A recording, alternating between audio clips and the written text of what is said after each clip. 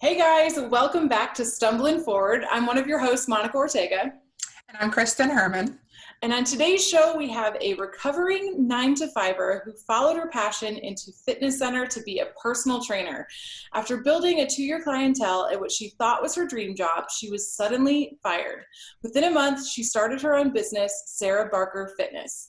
Thank you so much for being on the show, Sara. How are you doing? Thanks. I'm doing okay so far. The sun's shining. It's hot as hell here in Michigan, but I love the heat. So things are going pretty good so far. That's good. There's a heat wave everywhere. It's really hot here in Colorado too. So yeah. Tell us a little bit about yourself and how you got started. Well, I grew up with 2 older brothers. So grew up with kind of like a tomboy, I guess you would say. I had to stick to my guns, and if I wanted to play, I had to deal with the bruises and the cuts. So kind of a tough little kiddo. And I always loved sports, and I ended up being good enough to get a scholarship. I played college basketball, and the form of fitness has always been a part of the things that I liked doing. If you wanted to play football in the streets with the neighborhoods, you had to had to run fast, especially for being a little girl. And then so as I got older, just fitness and exercise and health, just general overall health, just kind of was this element that was a part of my everyday and the way I made decisions and how I could improve. It all kind of correlated with taking care of myself. And, being in college, a college athlete, I also learned how to not take care of myself, which was super fun. But my freshman year of basketball, I broke my leg and both bones of my lower leg in half. Oh my God. Like it was, I looked down and it was over there. Was it just like, just the way that you came down on it? Or was it like something? It was a freak accident. The athletic trainer said it. He was like, 1 in a million chance of the way I was cutting. I pushed off, and then my post player, the bigger players, her foot was on my foot. Her big ass foot was locked my leg down on the ground. Oh, God. It was a real freak thing. Oh my God. So, with being active and being in sports like my whole life, I had to learn how to walk again. Like I had a titanium rod down my leg with screws all over. I kind of have the bionic woman here. And so it's kind of cool. I mean, you can put that as your hey, I had to find something cool about it. It sucked.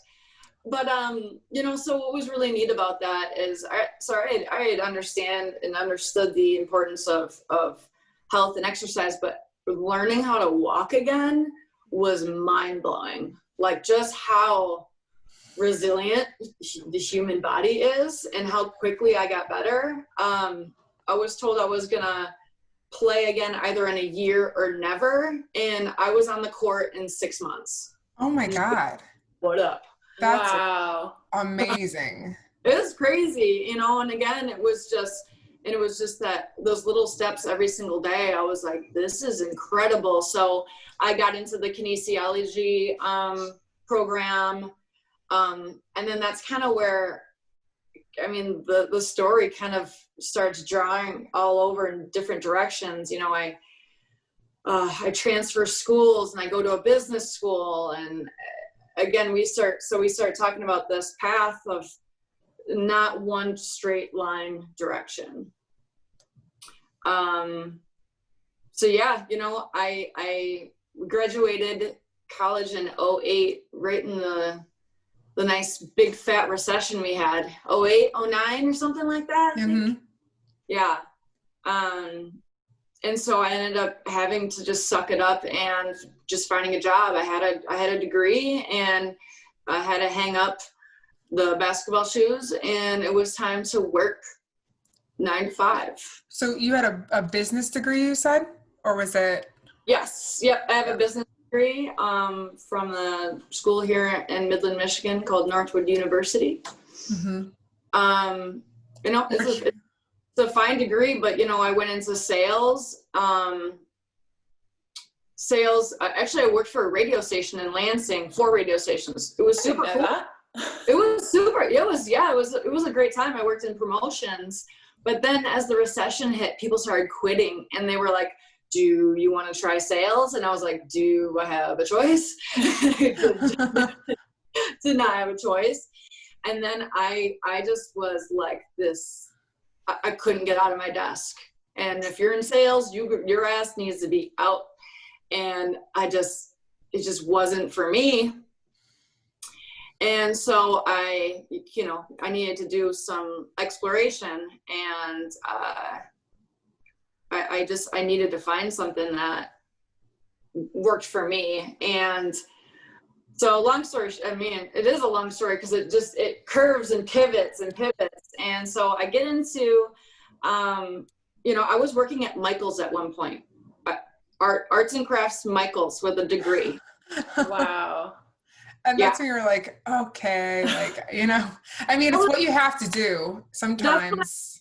I knew how bad the recession was and how the economy was. And I was like, oh, I shouldn't have walked away from that job without something lined up. That was something a stupid 20-something-year-old did. I kind of walked in and I was like, this selling job isn't for me. So then I'm popping around, you know, okay, Michael's is hiring. And then that's when I kind of started getting the idea that I need to do something bold here because this isn't working out for me so far. And I've done everything right so far, right? I went to school, I got a degree, got good grades. I was following this path that I was told, or at least my generation, our generation was told that that's what you needed to do to succeed. And I started digging back into some fitness stuff. And got my personal training certification. Things were not working really well. So guess what? Another nice, secure job knocked on the door. And I was like, oh, just newly married. I need something with benefits. I need something with structure. So once again, 9 to 5. It just wasn't for me. I once again, but I had had a baby, and so even more so felt trapped, you know, because again, you need the benefits. But you know, I had a brand new baby, and he was in daycare for I think upwards of 47 hours a week. Oh my gosh. And it's hard because like I mean, I don't have kids, but you know, I don't even know what I hear from having a new baby. You want to be there like all the time. And like, but then all the same, you want to provide as well. So yeah. Gosh, the struggle of like. Well, and my husband was laid off on my son's due date. Oh my God. Did they know you were pregnant? They were just like, I mean, come on. They're like, hurry up and do it before she gives birth. That's so mean. Doesn't matter. Yeah. They probably found out afterwards and they were like, oh. No. Sorry. It's a big company. It's a big company. Even if they knew, they probably wouldn't give a damn. Another reason and fuel for me to be like, this is so much bullshit. We are doing everything that we were told we needed to do. Yeah. And it was supposed to work out. It's supposed to like line up. Supposed to work out, right? And like, and your income should just go like this, and happiness goes like this. And everything is good, and we have a vacation each year. Yeah. Right? You know, I mean, that wasn't anything I ever told myself, but like, it seemed like blow after blow, I was getting a chip on my shoulder a little bit, and kind of reverting back to my childhood. I wasn't going to take those punches anymore. I grew up, you know, having to pick myself up, getting beat up by older brothers. So that's what you know, the 9 to 5 was doing for me. It was doing the same thing. So after, sorry, go ahead. Oh, I was just going to say, so is that what fueled you into like becoming your own boss so that you didn't have people laying you off and firing and recession to worry about and all those things? Absolutely. And to make it more personal as well, being your own boss, because then you can actually like care for the people that your clients, as well as like if you had any employees ever. But yeah. Absolutely. I just I was being a freaking punching bag, and my husband too, with his layoff. I was just like, I don't know if I would call myself a control freak, but man, at that point I was like, I can't handle this anymore. So, I started working part-time at the physical therapy office I was working for 4 years, where they promised for me to like scale up, and that did not happen. But it probably taught you a lot with physical therapy, like office, like with fitness. Mm-hmm. It's one thing is you can always find something to learn from those jobs that suck. But anyway, go on. No, you're 100% correct. I took a lot of that information and applied it because I knew what service I was providing to some people. Because, kind of jumping forward, I'm working with some, older members at the country club, and guess what? They're dealing with some chronic pain, and I'm like, I know a little bit around that world. I know how to strengthen muscles and whatnot, but I also knew how much it freaking costs to go to physical therapy. So I knew the value. Yeah. I knew the value I was providing those people. But then, so at the country club situation where I am not my boss yet, but I had the time to build my clientele. So I know the value of what I was providing, yet they were taking 40%. They were taking a nice big chunk out of what I was making. So again, it came to the point where I was like, no. But it wasn't until someone was like, I had to get booted. The facility that I was at, I'm not gonna point any fingers or say anything bad about anyone or anything, but when I was pulled in, they said that I was intense and too free spirited. Too free spirit. You're like two qualities that make for a great entrepreneur. Yeah, I'd be like, oh my gosh, thank you so much. Like that's so great. I was like, what kind of trainer isn't intense? And then you wanted someone who's like, it's gonna be okay. Just one more setup, like I am not them. Ask any of my clients, I'm not an asshole. I just very blunt about things. Yeah. But it was very interesting. So not only did I find where I wanted to be, and I was doing a great job, I was making a good wage, my clients loved me, I got fired. and they even said, oh, if you need a job reference though, let me know. I'm like, you're gonna give me a reference though?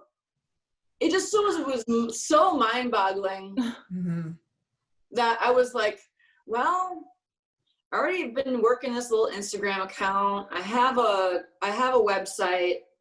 Oh, all I have to do is go to the county clerk and make this happen. Boom. There you go. That's so crazy. What's meant to happen, that push forward. Yeah, I feel like sometimes as entrepreneurs, like some people are born into it and they're like, I want to be my own boss. And other times it's like, you just have to go through everything else not working out to be like, maybe there's a different path. Yeah. Like maybe I'm supposed to be doing this for sure. Yeah. Right. And, and again, as a mother and a wife, taking risks and saying, hey, I got to take the early appointment. I got to take the late appointment, my hours. I had to say yes to build up my business. So there was a lot of, luckily my husband's super supportive, and he was able to hold the fort down while I'd had to just keep expanding and saying yes to people so I could build my reputation and my business. So that comes with sacrifice. And a lot of people, especially women, that's really tricky to be able to do it and pull it off. Yeah, I think you're, well, the second person that we've had on the show that's an entrepreneur, but also a wife and a mother. And like that kind of balance and the fear, I'm sure, of taking that leap is different than when you're on your own and you're like, well, if I fail, no one will even know. Like, so. Yeah, right, exactly. Or, you know, my mom will tell me I still was so brave, right? It's no, there's no, you got the risk and the reward, you know, the balance of it. It's tricky. The ratio isn't consistent. I'll tell you that much. There's times where you're like, man, this might not pay off, and then there's times where you look back and you go, oh smokes, we got something going here. Yeah. So what are some mistakes that you feel like you've made that, you know, you would reflect on now and be like, oh, I should have done that a little different, you know, during like creating the business and like moving forward with your fitness? Well, I would say one of the mistakes that I made was not seeing the opportunity to know to step away from when I was at the country club. I had the mindset that I felt so lucky to be there.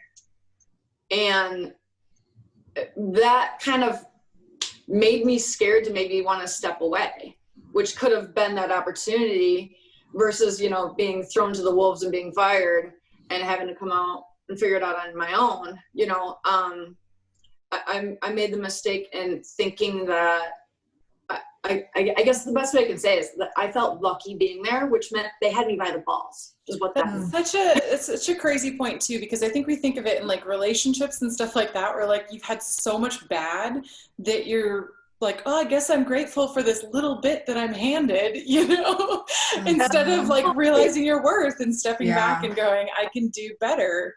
Exactly. Like, right, because this could go away. I've had that before, you know. Yeah.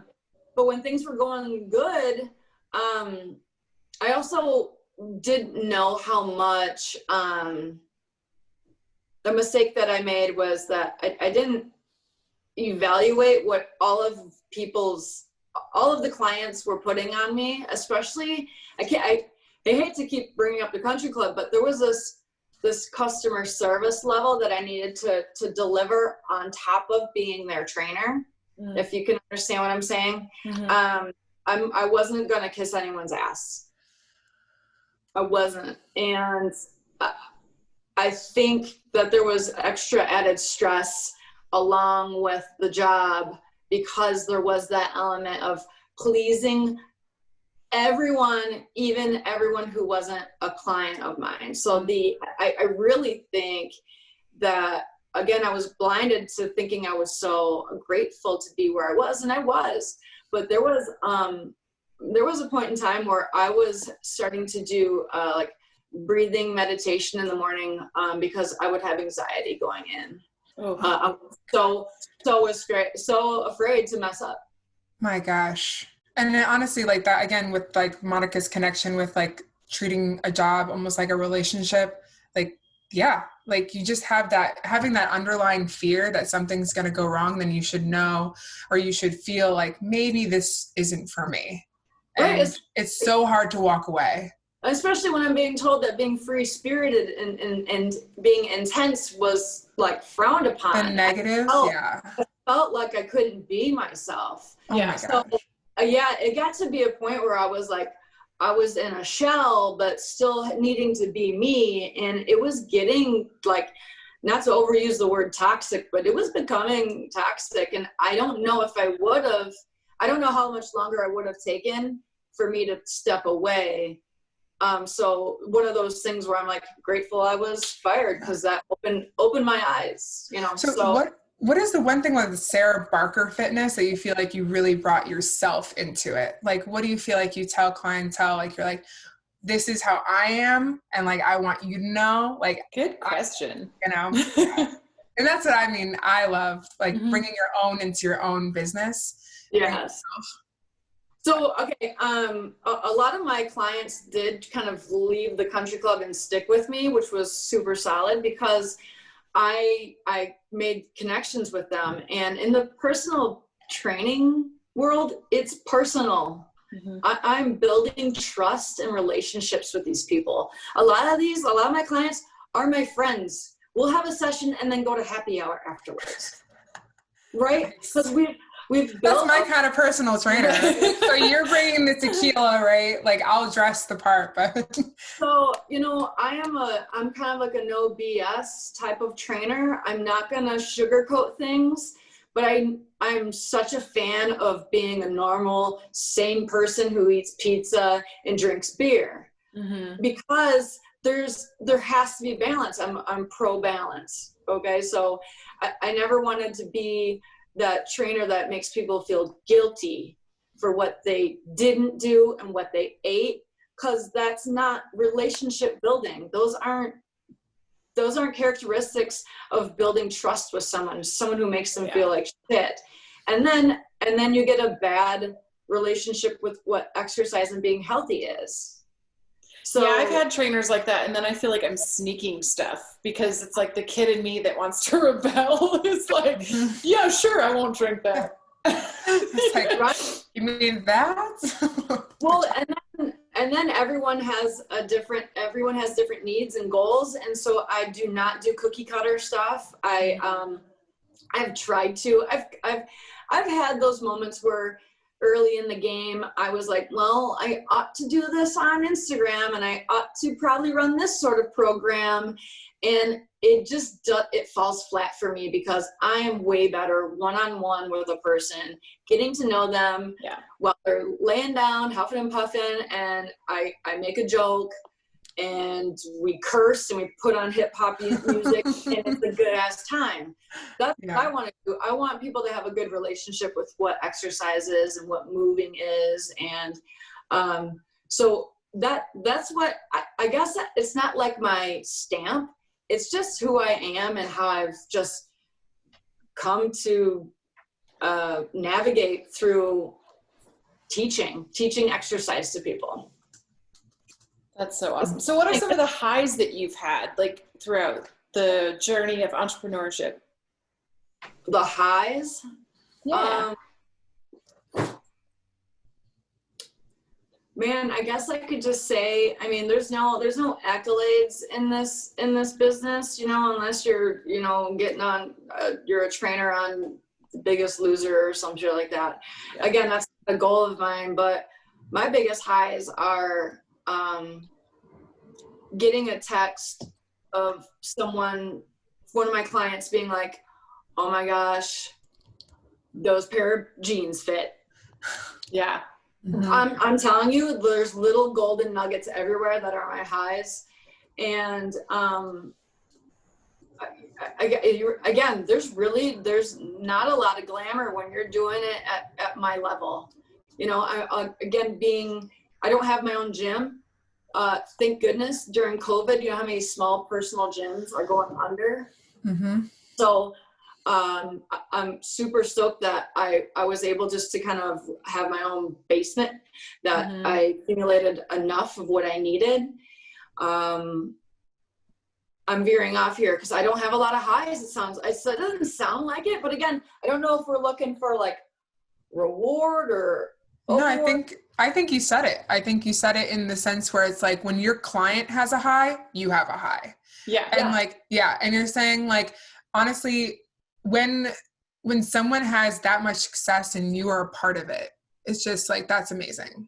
It's I guess, and for that, it's not even about like hitting a scale. It's not even about getting those pants on without doing the shuffle truffle, but it's the shuffle. I know. Do we all kind of? I drink a little. Just a little. That's awesome. No, I know what that's doing for their confidence because I do work with a lot of women, and I know that text, they're beaming on the other side, and I know that they're just going to go through their day. I actually have a couple of clients who are entrepreneurs themselves, and I know what they feed on too. And sometimes it is after they crush a tough workout and they know they have a big meeting coming up, and they're just kind of looking at me like it's game time. And I'm like, go get it, girl. So it's those are the highs where I feel that I'm helping, and not just in a way where someone lost a couple of pounds. Yeah. What are some of your goals that you're working toward with the business? Well, what's really interesting with the way that the fitness industry has been impacted by COVID, there's a lot of game changers going on. So many people are doing home workouts right now too, which has helped for me. It's helped. I mean, I don't have a big facility, and so I've been able to navigate through COVID and bring people into my home and basement and follow protocol and keep people safe. So I imagine I'm going to have to keep navigating that way. Yeah. Until some things open up. I used to meet, I would meet at other facilities here and there, but those are no longer available. So my goal is to keep doing what I'm doing and keep navigating because this industry always changes anyways, but not in a way the pandemic has changed it. Yeah. There are some people who will probably might not go back to gyms. It's just way too risky for some people. If we couldn't trust people to wash their hands properly after going to the bathroom, how are they going to be wiping down these machines after sweating all over them? Yeah. True. It's going to be a while till the fitness world gets back where it was. So I've always been very flexible with how things have worked. Again, I just roll with the punches, but I fully plan on still training as long as I can. And my experience has landed me the job as a strength and conditioning coach at Northwood University, where I played basketball. So I am not just, working out, young moms. I am working with 20-year-old 6-foot basketball players and football players, and with boys, with men, with young men I'm working with now. And which that part is fun for me because they're like, look at me like, I'm a short and petite. And so they're just like, okay, all right. It's interesting that they kind of look at me like, is this girl for real? I'm like, I am not a little girl. One. And anyway, so that dynamic has been super fun, and I really hope to keep my foot in that door with athletics too, because that's where it all started for me. So that gives me a great balance to do one-on-one personal stuff, but then to break off and have 20 softball players looking at me, which is super sweet too, to be able to teach these young women about what it looks like to be strong. And kind of help those kids that I once was as a young athlete who just needed someone to not just boss me around, but, get me better, get me stronger, and kind of help mentor me in those crazy days. That's great. That's awesome that you have it all across the board too, where it's just like men, women, kids, adults, and I think that's really amazing that you can also bring your experiences from when you were younger playing basketball into how they're feeling about basketball or any other sport.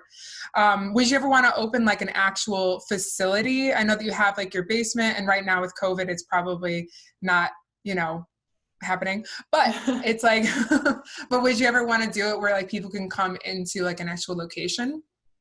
I had thought about that, but that just means I'm training myself to hours into a building with bills, with utility, with I'd have to be, it just I've ran it through my head several times,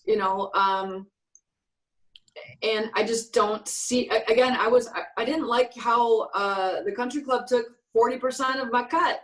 Now a building, how much cut is running a building gonna take? That's just breaking even at this state of where I am right now. It's a great question. It's something I've thought about. Maybe every 2 years I'm like, Yeah. I feel like everything is going to virtual anyway. I mean, it was before all of this pandemic stuff. So I feel like you're in a good space right now. I would almost say, doing courses, like online courses and that sort of thing is kind of the movement people are going into rather than like brick and mortar places anyway. Yeah. Yeah. And it is nice having like that comfort of just someone, like a personal home, like a basement, or like going to a park with someone. Like it is like that one-on-one, like feeling. Especially during a pandemic. Well, sure, absolutely. And the home equipment world, I can't think of what the number is or the ratio is, but millions of dollars of gym equipment gets bought every year, yet it sits in the corner and your elliptical turns into where you hang your knit. That was air dry, or these things become just little fixtures in our rooms because people want to leave their house to do something, or else the living room can't be associated. It's a hard time disassociating the living room with where I snack and watch TV to where I'm also a boss and getting ripped. It's hard. Yeah. It's hard to differentiate that. So people do need the element of, I need to physically get out of my house to do this thing. Yeah. It gives them always going to be that element. What's that word of like feeling accountable, going somewhere and like having someone actually see you, being like, okay, well, if I don't go, then I'll be like, Sarah's going to be on it. It's just going to be like, okay. No, I don't. You know what? I don't even do anything. It's on them. It's on them. I just kind of do like the quiet, it's where like, when your parents are disappointed mom. Like, what are we doing? Yeah. Are we ready? So there's no need to make people feel like shit. People feel like shit enough. Yeah. There's no reason to be some bully person that goes, well, why aren't you taking care of yourself? And why aren't you working out X amount of days? Yeah. I'm especially now, it's really important to be gentle and delicate with people because it's been tricky, and especially now. So, there's a nice balance that I got to keep, and it's hard to build clientele when it's such a delicate personal thing. Yeah. Like I don't just say, hey, brand new members, come on down to my basement. That sounds I got some popsicles down in the cellar. Yeah. I want popsicles. I got a balloon. I got snacks. You don't even have to work. You can have food down here. It's like Planet Fitness. Right? Oh God, with the bagels on Tuesday, the pizza day on Wednesday, they have little candy. Sorry, that was off topic. I love Planet Fitness. It's a great place. I go there. I used to go there, and the people that I see there, I still just go, way to get out of the house today and be here. Yeah. You need the bagel, God, dude, that's fine. I get it. But a lot of the people that you see in those facilities, you're just like, you did it today. Yeah. Yep. I find myself being that person, just people watching, and I'm like, oh man, they've come every day this week. I've seen them every day. Kudos to them. I just want to give them kudos. But they walk out and they grab those Tootsie Rolls on the way out, and it is what it is. At least they worked out. Yeah. That's the world of 6-pack abs and stuff like that. I think that pressure is dying down, and maybe it is only because I'm seeing it less because I choose to see that type of thing less. But so building the business that I'm in, it takes investment in people. And so, if I'm going to have a new client, it's meet up for coffee first. Let's see if this even works. Cause people I do not connect with. I am not everyone's cup of tea. And if someone can't handle a little, maybe my bluntness that I have, and if they're going to have their feelings hurt right away, just by me correcting people, so that's another part of my job is I have to push people out of their comfort zone, and I have to correct them a lot with their form because I want to keep them safe That's really uncomfortable for some people, especially if they're not used to that dynamic of I would call it a relationship. Yeah. Right. So taking on and building more business takes time. So again, the goal is to keep the people who I have happy, and we kind of go on this long journey together. And those people usually send referrals to me. And at that point, I'm not having to spend money on advertisement. I'm not having to do, it's just not what you would think how a business is ran. Yeah. Mm-hmm. So if it's personal references, where can people find you? How can they sign up with you? All that good stuff. Well, I spend more time on Instagram these days, and I probably have to look up what it is. That's how much. That's okay. That's exactly how I am. People are like, "What's your handle?" And I'm like, let me check. What's my deal? Like, what's your like, what's my name? It's Sara Barker Fitness. There you go. I got a very simple one. Yeah, just straightforward, right? Sara Barker Fitness. Sara Barker Fitness on Instagram. You know, and I'm really big on mindset. So I post a lot of things about that, and I show some exercises. And again, I'm just one person, and I've done the days of having, working 12-hour days where you're working with 10 to 12 people every day. And that was cute when I was, 20 something. Yeah. And now I have a family, and I know my time and what it's worth. So I want, I'm at that point where quality over quantity. Mm-hmm. Nice. That's awesome. Thank you so much, Sara. Great place to be. And so, if you guys even wanted to hear anything about it, hopefully it was a little bit interesting. No, it was. Yeah. It's really interesting learning about the journey. And I have worked with Sara in a little bit of a way, obviously not the full training package, but she's great online. So if you guys are looking for an online trainer as well, I highly recommend her. And I love the positive mindset thing too, which is something you don't really get at a gym with a personal trainer a lot. So, and someone who's going to develop that personal relationship as well. Yeah. So positive mindset and personal relationship, that's really great, and thank you so much for being on the show and being able to tell your story. And if anybody, when you guys are listening, just know that we are on Spotify and we're on Apple Podcasts. Leave a comment, please. And, leave us 5 stars.